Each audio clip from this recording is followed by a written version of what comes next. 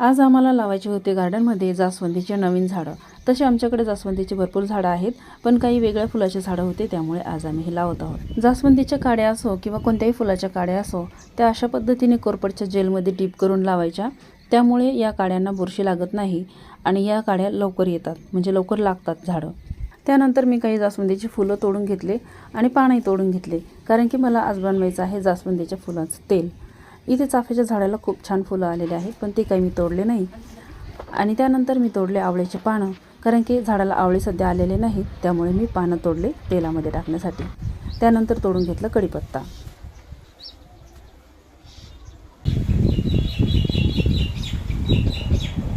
डाळिंबाच्या झाडाला 2 छोटे छोटे डाळिंब होते, तेही तोडून घेतले। आणि हे छोटे जरी डाळिंब असले ना तर खूप छान गुलाबी कलरचे निघतात आणि खायला पण तेवढेच गोड असतात। आणि शिवाय हे ऑर्गॅनिक आहेत, कारण की मी डाळिंबाच्या झाडाला कोणतेही रासायनिक खतं टाकत नाही।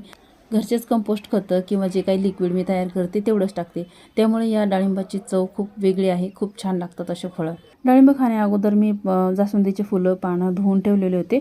आता ते कोरडे झाले, त्यामुळे तेल बनवायला घेतलं। जास्वंदीचं तेल बनवण्यासाठी मी इथे लोखंडाच्या कढईमध्ये 100 ग्राम खोबरेल तेल घेतलेलं आहे। 100 ग्राम किंवा थोडंसं जास्त असेल अंदाजे घेतलेला आहे। त्यामध्ये घातले कढीपत्ता, आवळ्याचे पानं, 2 चमचे मेथी आणि 1 कांदा उभा चिरून घातलाय। त्यानंतर यामध्ये टाकले जास्वंदीचे फुलं आणि पानं। आता हे सर्व तेलामध्ये चांगलं शिजवून घ्यायचं।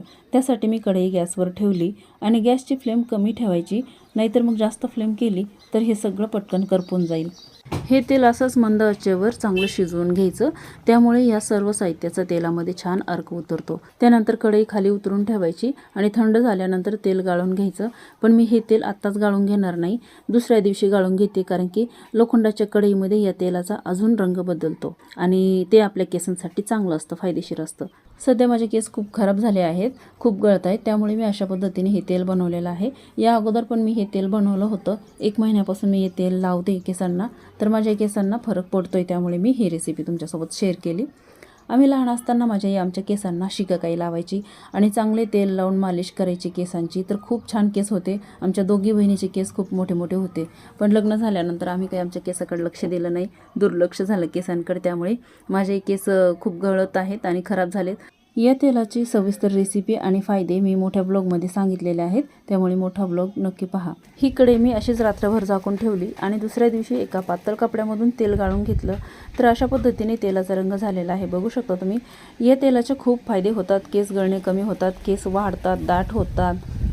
हे तेल केसांना लावायचं, छान मालिश करायची तेलाने आणि दुसऱ्या दिवशी केस धुवून घ्यायचे। तेलाची ही रेसिपी तुम्हाला आवडली असेल तर व्हिडिओला लाईक करा आणि चॅनलला सबस्क्राईब करा।